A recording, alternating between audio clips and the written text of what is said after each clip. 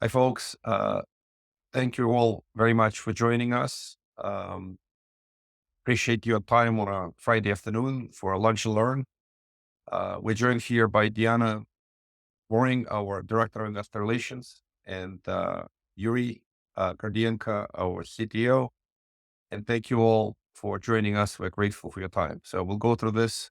Hopefully, this will be educational and fun. So we'll talk about the possibility of recession and can the recession actually be a friend? That's the discussion today. Yana, would you be so kind to take us to the next slide? Standard disclaimer. This is for informational, educational purposes. No solicitation of any kind, no advice of any kind. Nothing we're going to talk about here is for any other purposes other than to learn. Obviously, if anything you learn from here and you'd like to act on that, contact your attorney or CPA professional, discuss with your professional before making any investment decisions. And if you're interested in any of our offerings, request PPM to create investors only. Consult with your attorney or CPA professional before making any investment decisions, as always. Let's go to the next one. So, uh, let's talk a little bit about a few things. Number one, what's happening with inflation? We'll cover that. We'll discuss inflation has been coming down, and Fed tackled inflation very aggressively and the consequences of that aggressive action. We'll talk a little bit about 10-year Treasury yield and why it's important. And here you can see a graph on the right of the 10-year Treasury yield. It's not the most recent snapshot. There were some changes as of today, but to make a long story short, 10-year Treasury yield appears to have peaked in the middle of October at about 5% rate, just under 5%. And it has since retreated all the way down to about 3.8%, which was absolutely great news. But it has since retracted to over 4% in the 4.2% range, which is normal, which is a retracement. The markets don't go up and down linearly. They obviously fluctuate, and there's some volatility there. Bond market is way ahead of the Fed action, just really, really important, even though Fed has announced the fact that they're done hiking rates and most likely going to cut rates in 2024. The bond market has already shown this, that they are responding to a likely future set of cuts introduced by Fed. We're dealing with the inverted yield curve and the fact that it usually predicts a likely recession. Of course, no guarantees. All these things are approximate in nature. Obviously, future events are uncertain, but we're trying to learn from the past. And inverted yield curve has been, in many instances, a good predictor of recession. And then we'll talk about that the toughest part is behind us from the point of view that the aggressive rate hiking, which has created a lot of challenges for the real estate in general, are over. And because of that, we're feeling optimistic about the future. However, we still don't know how things will play out in the upcoming months and quarters. So we'll talk a little bit about that. But in general, lowering rates, or at least expectation of low rates, should help real estate in the future. Again, this is a data point that the CPI chart. We peaked or at a little over 9% in the middle of 2022, and Fed was very, very aggressive responding to that. And we can discuss this, obviously, why they had to get so aggressive. Of course, they had the president of Paul Volcker in the 80s, that the inflation got a little out of control. So Jay Powell got aggressive, and it would appear that the bulk of the high inflation is under control. And the data is sort of we stabilizing right now in that 3 to 4% range on the CPI chart. But the forward indicators continue to point that we're already to the point of 2 to 3% range. That's the Fed target. We're likely to hit it in the upcoming months and quarters. Although we don't know, still possibility of inflation still spiking. One of the biggest reasons that the inflation appears to be so sticky is that in this cycle, unemployment rate is very low. And we don't have a graph, but there's a concept of a Phillips curve. I've showed it many times in the past presentations, where when you have low unemployment, it's hard to get inflation under control fast. So we're dealing with a little bit of a sticky inflation because of very low unemployment, and but it's coming down. The consumer, uh, which is the backbone of the U.S. economy, 70% of the U.S. economy is based on the consumer spendings, has had challenges. Credit card debt has grown quite a bit, and the cost of money is obviously way higher. So the consumer is beginning to struggle, and data has shown that. Although we don't know, there's some positive news on the consumer sentiment in January. Things could get a little better. Things could get a little worse. But the purpose of this discussion is to talk about what would happen if recession hits and why it could be sort of welcome news. So yield curve. A couple of words about the yield curve. Yield curve. This is a yield curve since the 80s. And the yield curve is the difference between 10-year treasury yield and a 2-year treasury yield. That delta, under normal circumstances, is positive. So in those circumstances, you're looking at the positive spread, and this positive spread could be a couple hundred basis points. As you can see here, the higher peaks of the spread has reached almost 3%, and in the low part of it, it goes negative. And we're dealing with a negative yield curve right now. And if you look in the past, if you look what has happened in many recessions, the inverted yield curve precedes a recession. So the gray areas on the charts are recessions. And before every recession, that in the over 40 years history here, we've seen an inverted yield curve. So recession is still on the horizon. We can't control if it's going to hit Q1, Q2, maybe later part of the 2024, but it's still a likely scenario. At least that's what the data is pointing to. So that's the yield curve. So what does it mean for investors if recession hits? Recession, first of all, recession could be localized. It could be in certain markets and some markets, not the entire country. But if you measure it on a country level with a negative GDP quarters, so a technical recession happens when you have two negative GDP quarters. It means typically decrease in economic activity. And then it followed by increases in unemployment. Unemployment, by the way, doesn't lead the recession. Unemployment increases usually follow the recession, which is logical. Companies begin to lay off folks as they see reduced economic activity. And then it worsens cash flows and net operating income in real estate and for businesses. These are normal sort of effects over recession. As a response to every recession in the recent history, Fed has always lowered interest rates. And they're very well aware that the interest rates are too high for this economy. We have a lot of debt, both public debt in the form of US government debt and private debt in the form of corporate debt, pension obligations, and so on and so forth. So the amount of debt out there is very, very significant, and the current interest rates are obviously very, very painful for those who need to service the debt. So Fed is expected to start lowering the rates as a response to a recession. And even if we don't see an imminent or a severe recession, Fed is still likely going to start cutting rates in 2024. They've signaled it. We don't know whether it's going to be 3 cuts, 4 cuts, 5 cuts, but it's certainly looking like a very real plan for next year. And if something really breaks in the economy, worsening news happens faster. The perception here is that the Fed will act faster.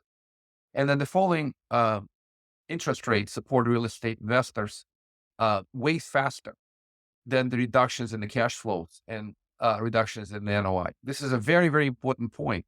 This is the crux of the entire presentation, is that the falling interest rates typically help real estate investors faster than the drop in the net operating income from the economic recession.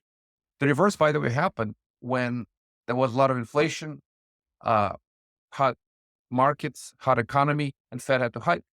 The interest rate hikes were much more painful than the growth in the rents coming from the inflationary environment.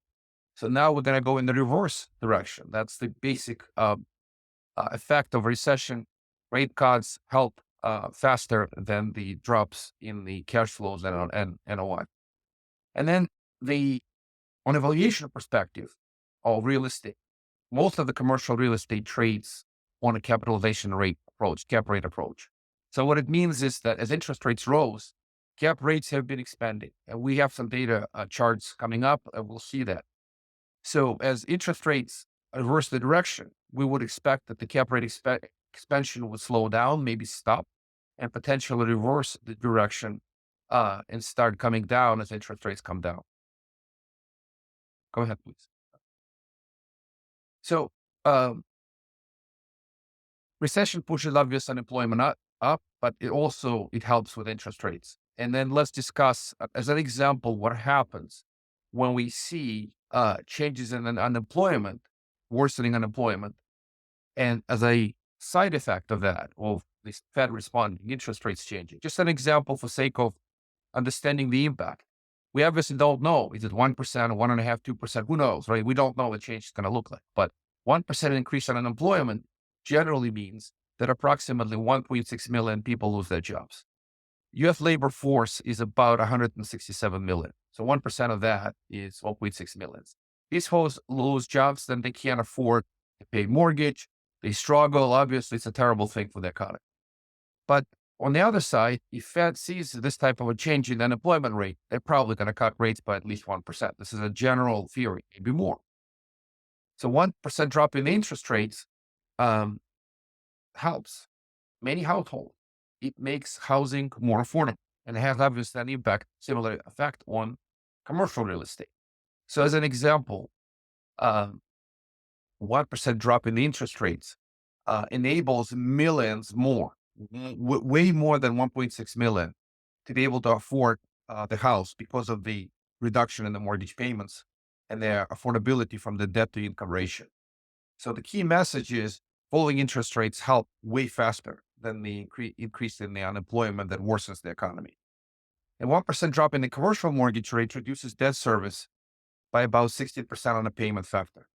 So just as an example, if you had a mortgage payment of $700,000 a year or a month, depending on the property, obviously, and then you drop the rates by 1%, and the rates would drop from 7% to 6%, then the payment would drop to 600,000. That difference between 700,000 and 600,000 and 100,000, and that's about 16% relative to $700,000 payment.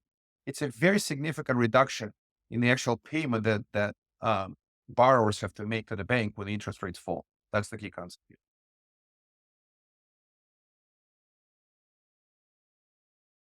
Obviously, no guarantees that the inflation will come down. There may be spikes back. There may be some other challenges, and we could be running hot. Who knows? The Fed might continue to keep interest rates higher for longer. They've talked about that for a long time, although that talk is called hawkish talk, is now turning into sort of a flatline talk into a dovish hawk. Dovish hawk simply means they may be lowering rates.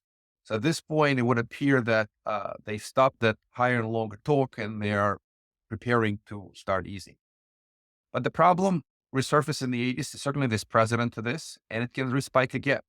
But the respike may happen a couple of years from now. We don't know what's going to happen. Another version of COVID, another government spending spree that could re-trigger the inflation. But in the immediate future, for the time being, we expect the downward trend in the interest rate. Bond market ahead of the Fed, way ahead of the Fed. There's some folks that call it Fed is always late. And it's an interesting discussion. It's almost a philosophical discussion. Is Fed always late, or Fed signals and the bond market is ahead of the Fed because the Fed talks their policy way ahead of they actually making a decision?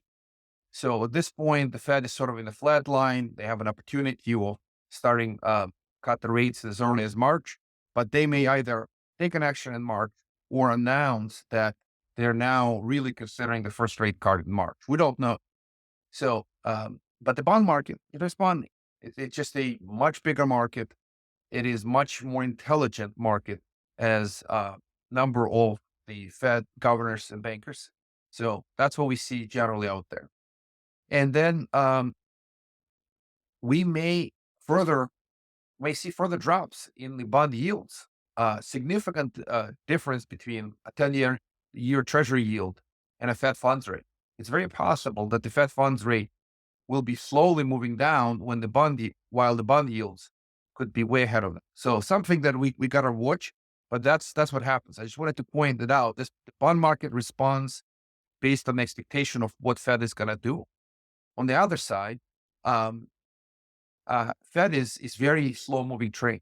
Why? Because they have one lever to pull, and it's a gigantic lever that controls the entire economy.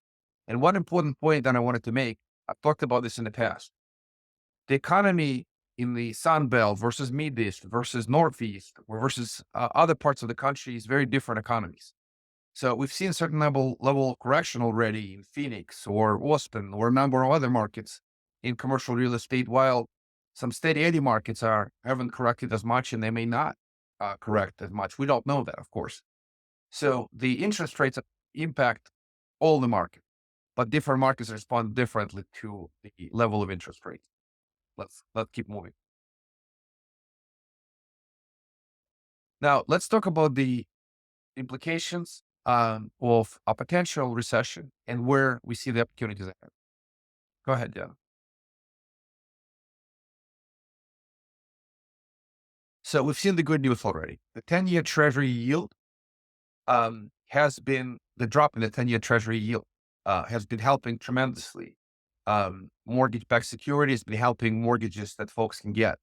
30-year mortgage, obviously for residential property, and commercial mortgages that folks use for refinance or purchase of commercial properties.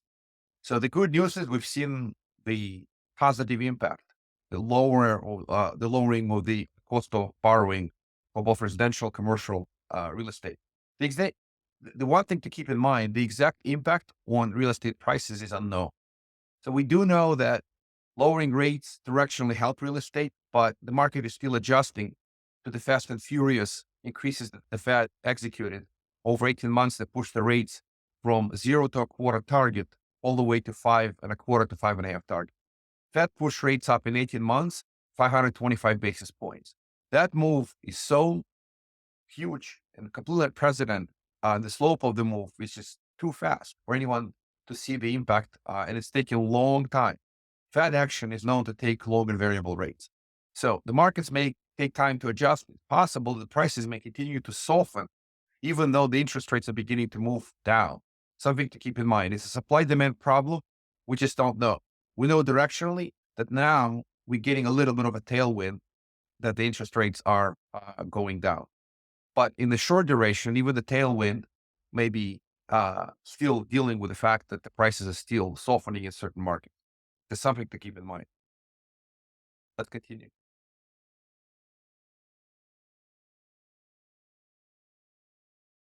So now let's talk about floating rate mortgages that are tied to SOFR.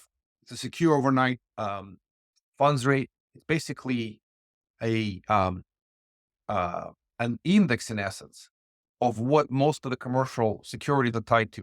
On the residential side, the pricing is very much depends on 10-year Treasury yield. 30-year mortgages are tied to that. There's a direct correlation. On the commercial side, on a floating rate mortgages, SOFR rate, there's a SOFR plus an offset is what most borrowers experience. And SOFR is very much tied to the Fed funds rate. Fed funds rates is designed to be a short duration rate, and a SOFR is overnight, effectively, rate. So there's a very close correlation. We'll see a graph in a minute. But the moment Fed pushes rates down by a quarter, the SOFR adjusts typically a few days or a week later by a quarter. There's a very, very close. Sometimes SOFR reacts even faster. So there's a pretty close correlation.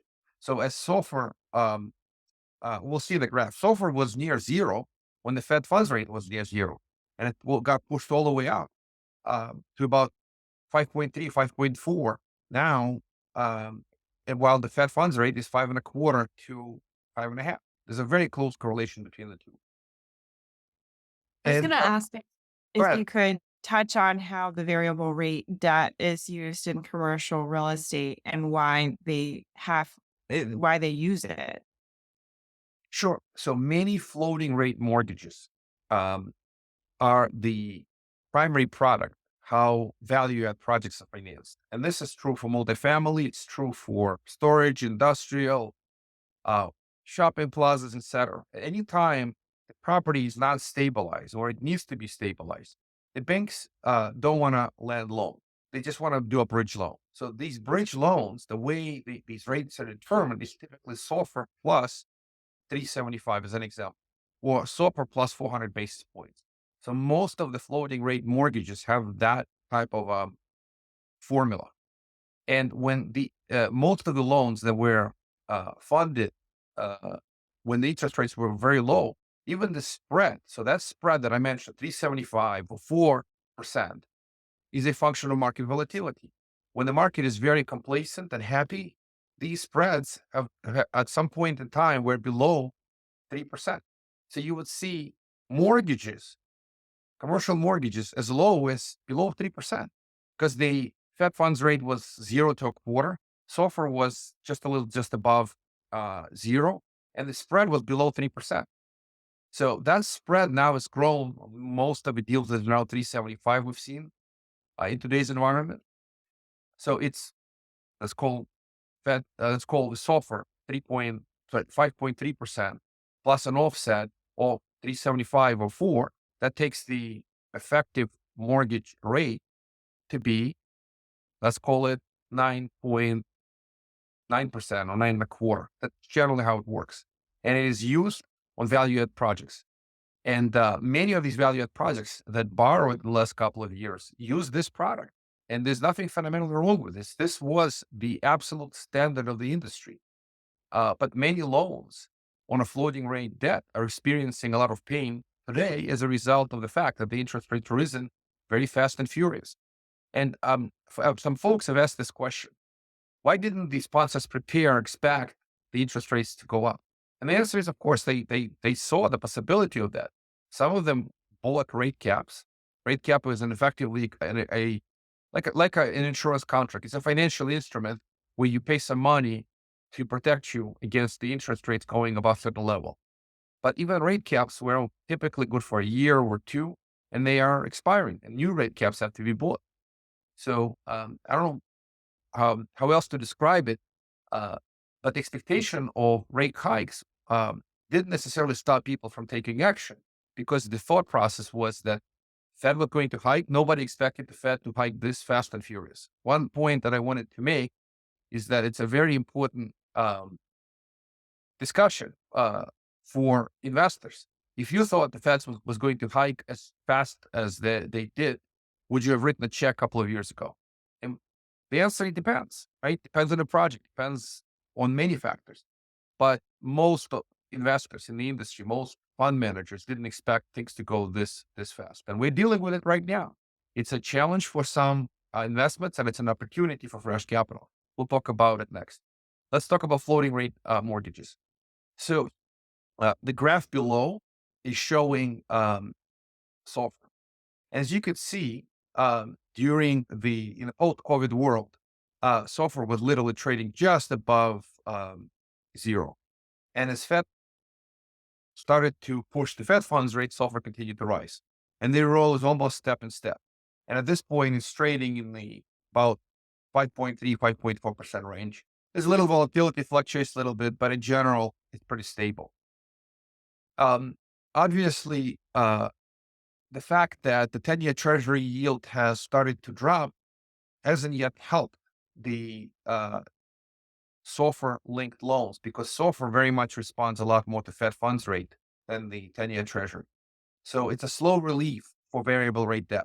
This is one of the issues we see in today's economy. And then the impact on stabilized assets is very different because stabilized assets very much go for a 30-year fixed, or in residential and commercial, they go for a fixed rate product, 5 to 10 year fixed rate, which is tied to a 10-year treasury yield.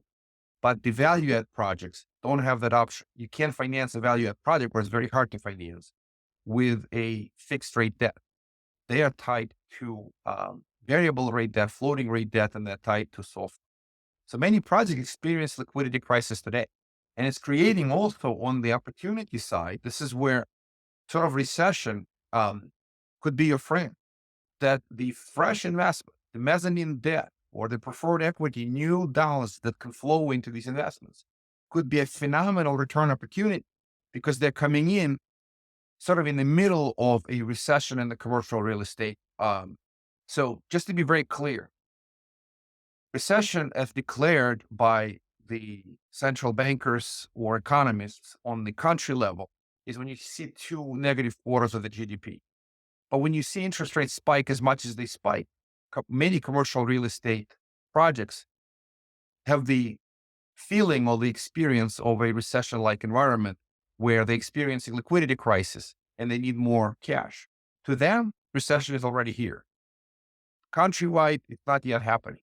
This is why the, if a countrywide recession took place, it would be help for the struggling commercial real estate projects from the point of view that the Fed would be forced to act faster, cutting the interest rates.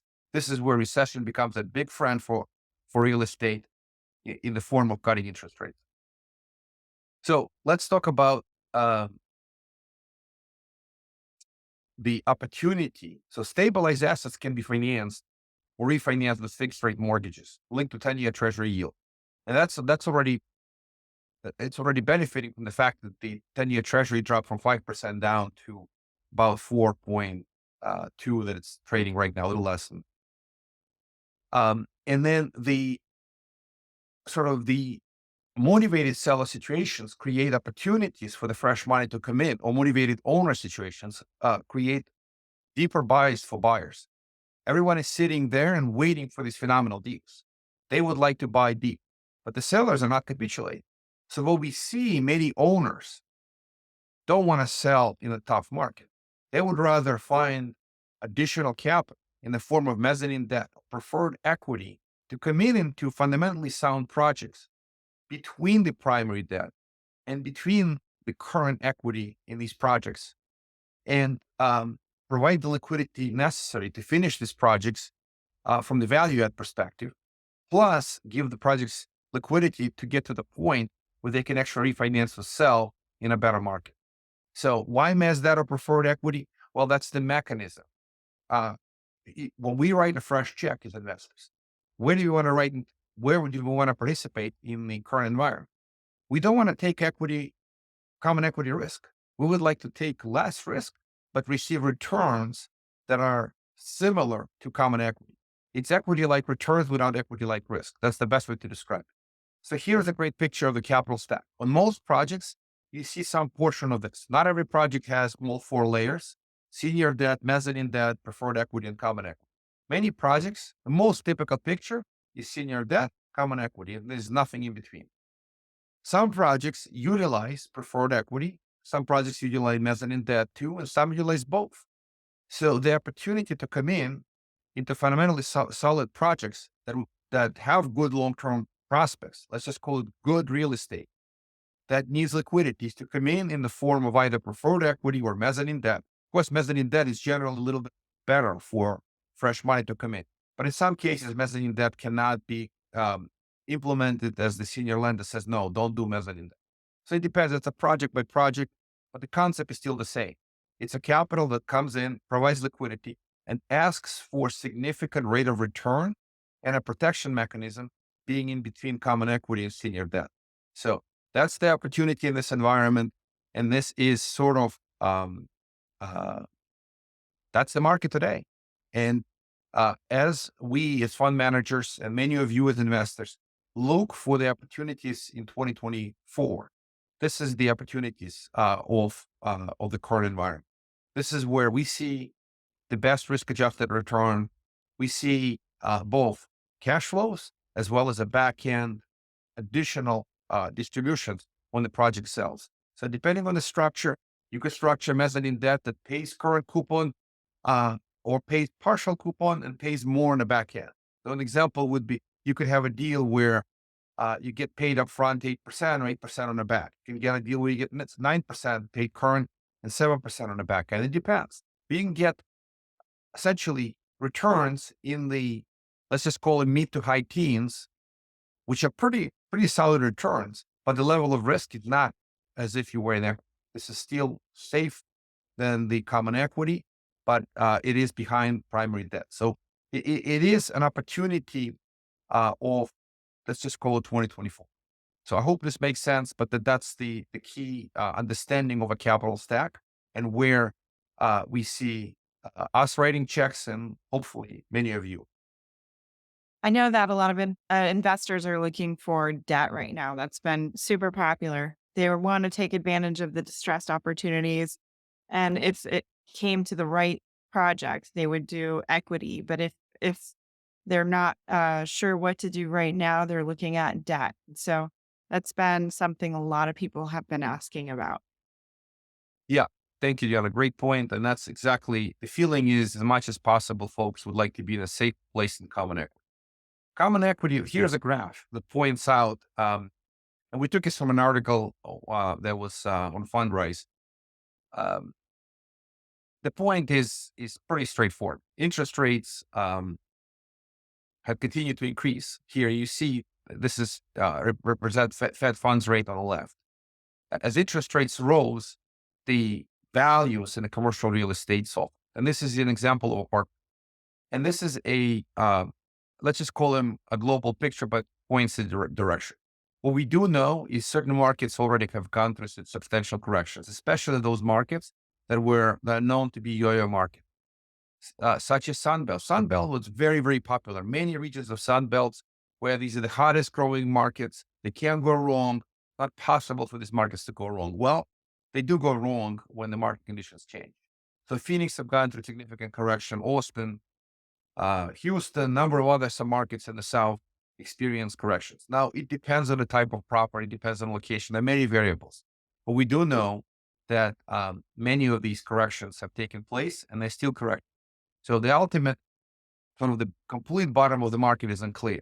But you're not trying to catch the bottom of the market. It's very, very hard. You don't know when the bottom is established. What we do know is we are certainly have seen good amount of correction. So today in this environment, we're not certain where's the bottom. Common equity continue to lose more value. The better place to come in is to come in as a mezzanine debt and have better protection mechanism, better level of safety, and still have significant upside. So directionally, what this graph points to is that as interest rates reverse the direction, and here on the right side, it's a forward projection of the SOFR rate.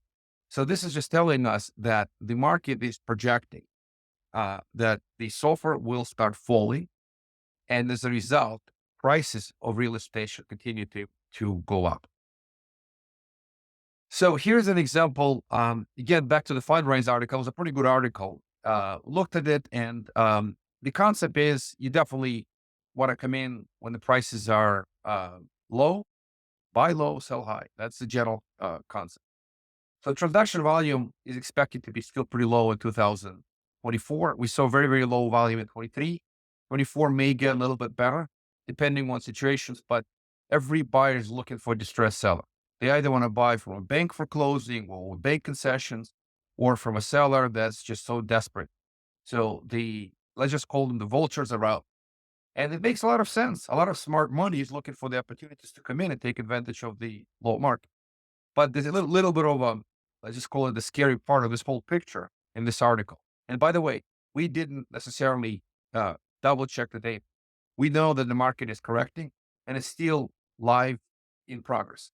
But what this article is pointing out is that the drop from the peak is very significant in the apartments, as high as potentially 35% based on the data that the Fundrise post. We know some markets substantially lower than that. Let's just call it Midwest steady any market should be significantly lower, while more volatile market could be experiencing this. So, but the scary part here is that the fact that they're saying that the correction from the peak is already higher now than in 2008. 2008 was certainly a crisis. And in commercial real estate, we may be experiencing this now because of the rapid moves by the Fed, fast and furious. Anyway, so institutional capital markets are many large players coming in with mass debt, preferred equity, and they're taking advantage of the current environment. You can charge very high rates of return, taking debt positions instead of taking equity risk. And the concept is try to buy at the bottom. And that's the exciting part. That's the opportunity part. So recession or recession in the market could be your friend for the fresh money to come in at a phenomenal prices. Let's continue.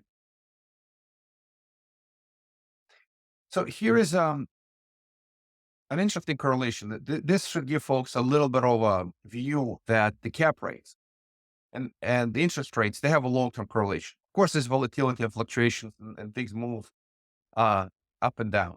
But the general point here is that uh, as interest rates fall, or they've been falling for many, many years, so has the cap rates. So the cap rates is a way to mathematically represent um, how much people are willing to pay for the property in the form of net operating income. So again, cap rate is simply computed net operating income divided by the value of the property, regardless of what the cost of money is. But as the cost of money continues to slide, so it has continued the cap rates. Now, with interest rates spike, the cap rates have reversed the direction. We've seen this, but this just shows that there is a long-term correlation. And the yield spread, there's a difference between the two. There's a fluctuation between the interest rates and the cap rates. And volatility, obviously, when it's higher, the spreads are higher. When volatility is lower, the spreads are lower. Let's continue to the next slide. Sorry, I went back too far. Okay.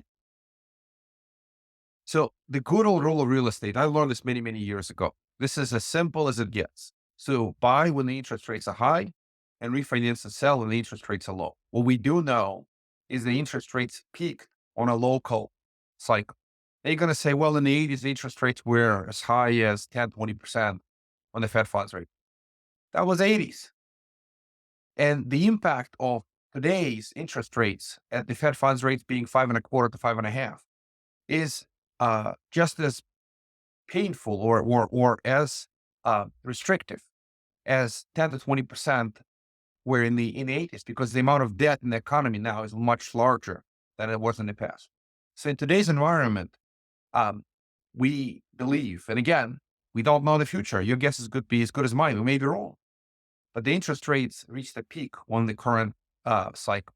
So the Fed funds rate 5.25 to 5.5 appears to be the peak of a cycle. We know the Fed signal um, projections to cut the rates in 24, and the 10-year Treasury already adjusting for that. So that's that's the opportunity. And many banks are going to be experiencing challenges as a result of this environment. And what's really interesting is, what are they going to do? And some of the discussions we've seen is that the banks learned from 2008 crisis. They don't want to foreclose on many assets. So there's a possibility of extend and pretend instead of trying to foreclose on these assets. Even when the borrowers can't pay, many banks are actually very uh, uh, weak.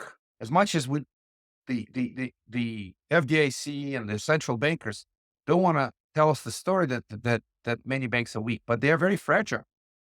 And if these banks started to announce a whole bunch of problems and foreclosures, you can be pretty sure there could be runs on the banks, there could be concerns, there could be nervousness. So many banks continue to extend, pretend, or will likely continue to do that, where they will allow the borrowers to enter forbearance. They'll allow the borrowers to get more time. That's the positive news, that the banking sector is a lot more, their mindset is a lot more cooperative with property owners. Although some lenders will not cooperate and they'll foreclose, while the other ones will be a little bit more flexible. They're also tightening their credit lines. And so they're not allowing as many loans to happen or as much lending capacity, basically, where, the down payment is going to have to be a lot bigger than it used to be. So it's a lot harder to buy new properties, and these um, commercial projects that are going to come out are going to have more pref equity and mezzanine debt opportunities to meet that. Basically 50% down is what you'd have to get the rest financed at this point. And with the rising interest rates costs, now they're getting ready to go down. The interest rates are going to go down. And so there's this opportunity to take advantage of the high rates and those, what they call bridge loans and mezzanine debt and pref equity as soon as you can. Basically, it'll last for a little while, but we don't know how long. And Yeah. the prices. you know, the prices will go down in some areas and not in others. Everything is relative, you know, where things are doing well in one asset class is different than the next, and one regional location is different than the other. So it really is very localized. And um, there's going to be opportunities all over that you'll see. You just have to make sure that it's with the right sponsor and the right place that you feel confident that it's going to be doing what they project it to do. Because right now, everything that we have had from historical data is kind of cloudy with what happened with COVID. That's right. So I appreciate that additional color. Really, really interesting points. Obviously, all real estate is local, which is one of the key messages that you mentioned. Strategies that are different, locations are different, so on. But the important point is that the opportunity is now. That's the last point on the slide. That during 2008 crisis, just an example, many folks shine away from the investing when the market corrected, and that was the worst time to walk away. The best time to actually invest is when the market is at the bottom, and significant upside could be lost if you walk away from the market when the market appears to be sort of in a distress. That's the time to come in as the best bargains are available. Then. So something to keep in mind. Of course, this is again high level directional. We don't know if it's the bottom of the market or not, but that's why the whole theory is around how do you come into this market without taking an equity like risk. That's why MESDAT and pref equity is so much more interesting today, as it doesn't take the same level of risk and it participates in the significant upside. Falling interest rates will drive debt investors, lenders to jump to lock higher rates while they can. Just a general concept. Again, what happens when the rates uh, the reverse was, by the way, true. When the rates were climbing, folks didn't want to lock rates. They wanted to land with variable rate. When the interest rates rose, they wanted to be able to adjust the rates up. The reverse is true now. When the interest rates are high and they're beginning to look to fall, as a lender or as an investor in loan products, you would like to actually lock in a higher rate for longer fixed rate because the rates are going down. That's the sort of the key concept here. So this is uh, where does it apply? It applies in the hard money lending situations. It applies when we make mezzanine debt loans because the rates are still high. We're able to charge higher rates on the mezz debt products. And if the same loan is originated 3, 4 months later, the rates could actually be lower if the interest rates fall with Fed cutting interest rates. So that's the basic concept. Let's continue. So as rates continue to drop, transaction volume might pick up. More and more refi options might become available. One of the biggest challenges in this environment is ability to meet debt service coverage ratio. DSCR, one in residential, is known as DTI, debt to income ratio. Is what typically puts limits on how much people can borrow. As rates fall, uh, debt service coverage ratios improve, and they make refi more affordable or purchase money loans more affordable with the current level of income supporting high level of debt. And in some way, we need to see a real recessions for the rates to calm down significantly. This is the key. This is the key message of this. So we don't know if recession is going to happen. Folks talk about soft landing, whatever that means to the economy. But to real estate, um, general formal recession would be, in my view, a welcome news because it would force Fed to get a little more aggressive on the rate cuts. That's the key message. And ultimately, real estate markets take time to adjust, but the falling rates is a welcome news. So let's come to the conclusion. Um, Real estate in general benefits from falling rates. We have reached the peak of the market on a current local cycle, and we believe we are on the way down. Now, how fast the rates will go down, it depends. We'd love to see the rates falling faster, but it is outside of our control. We don't know. As real estate investors, this is our hope and prayer, and we're a little biased on that front. But directionally, the news is there. The likelihood of rate cuts is already significant, probably 3 rate cuts per Fed forward guidance in 2024, maybe more if recession hits faster and harder. So mezzanine debt and preferred equity are strategic options in this environment. Pretty obvious why. And there's opportunity amid uncertainty as sort of rescue capital. And we would like to call it very careful. Rescue capital is maybe a scary word. It's a rescue of existing projects. But folks who are uh, owners of the properties today, or they invested in these projects, they certainly want to see these projects succeed. And if these projects are running out of cash because of the much higher debt service for the last couple of years, they need liquidity. It's the lifeline of these projects. So opportunity for mass debt actually helps many existing investors, as without it, they would may have to turn the property over to the bank. With a mass debt injection and the fresh liquidity for the project, these investments could do well in the long run. So this is the key message. It's a win-win for the folks who write mass debt checks. And it's a win-win for those folks who are investors in these projects. So we see this as a positive news and a positive opportunities on both fronts. Obviously, you need to be very vigilant and adaptable. Changes could still be happening. Certain markets could still be falling, could be corrections, even though the interest rates started to cycle down, but some markets may still be adjusting. But directionally, lower rates mean typically better news for real estate, and prices could start forward or upward move as rates continue to fall. That's the key message on this. And again, this graph shows cycles in the Fed funds rate. As you can see, we basically the Fed stopped raising rates in July, 2010. yeah, in the summer.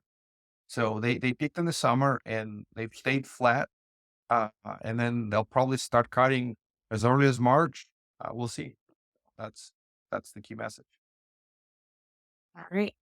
Well, we have another Lunch and Learn coming up February 9th, which is also a Friday at noon. And we're going to talk about understanding your K1. We have CPA Brian Hull coming on to join us. And he's Wonderful. going to, yeah, he's going to cover all the details on the K1 and answer any questions to help out with anybody that wants some clarification and needs some better understanding for the upcoming tax season. So mark your calendars, but we're also going to be sending out the emails, but you have to register if you'd like to attend. It's coming up here in about 3 weeks. We do have a couple of questions and but I want to point out if you would like to schedule a call with us, tempofunding.com/IR call is the way to contact us and schedule a call. I also am going to put a survey link in the chat. We just want to hear from everyone. What are your feelings on the market? Where do you see 2024 for yourself? And if you have any other feedback, schedule a call on tempofunding.com IR call. The link is now in the chat, but I'm going to read off a couple of questions that were listed during the presentation. Someone asked, was such a fast Fed rate increase in 2023 the reason that the market stopped buying basically apartment projects? Or what impacted apartment projects so much that they had lost instead of projected what the gains were? Yeah, it's a great question. Thank you for asking the question. And the answer is yes. Most likely, um, the transaction volume and the softness of the prices in apartments in other parts of the commercial real estate market is a direct result to a large degree uh, driven by the Fed changes in the Fed funds rate. I call it too fast and too furious. There's just no better way to describe it. I had a conversation with an investor yesterday. I went for a walk. I do my daily walk. And he asked the question, didn't you guys expect that the Fed was going to increase the rates when the government printed 5 trillion or 7 trillion, depending on the source of money? Of course, the Fed was heading the top cart. When so much money is printed in the economy, it creates inflationary environment. But the impact of this wasn't clear. In some discussions, you heard these statements. Fed called it the inflation is transitory. They didn't think it was going to be that bad.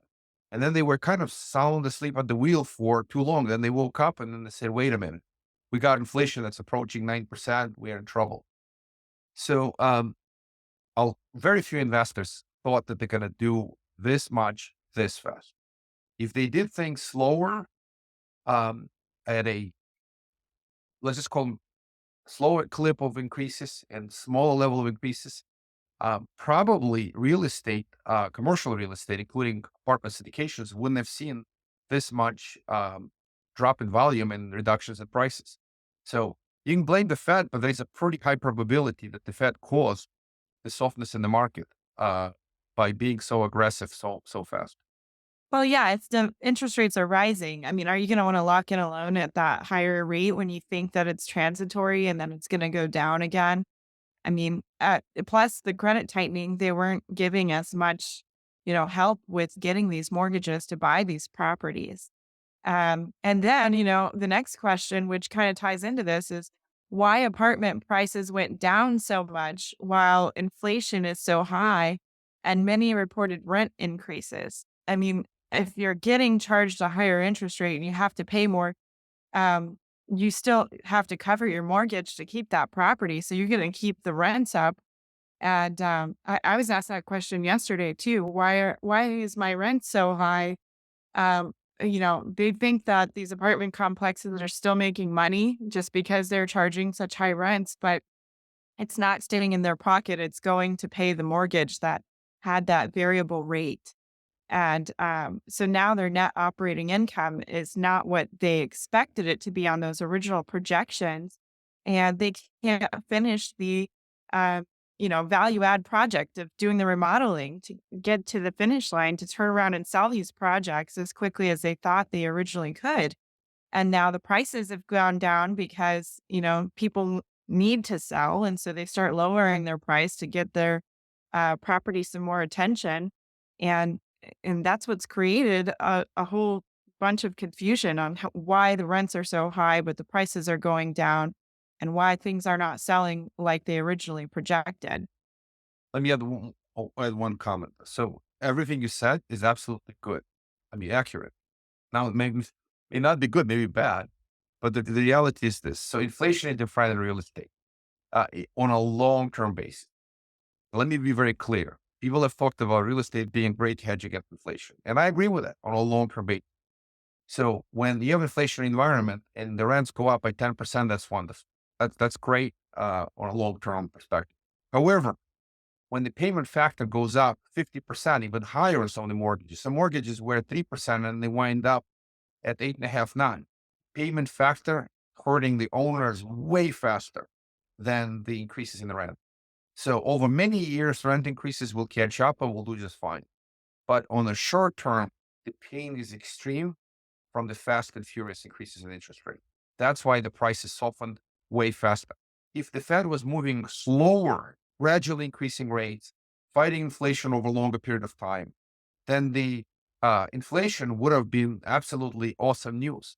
So inflation is continuing to help, but it's just 10% hike in the rent roll can't be possibly covered by double or double and a half increase in the mortgage payment as a result of fast increase changes in the Fed funds rate and then swapper being impacted and a floating rate mortgages taking it on the chin. That's the reason the prices softened up.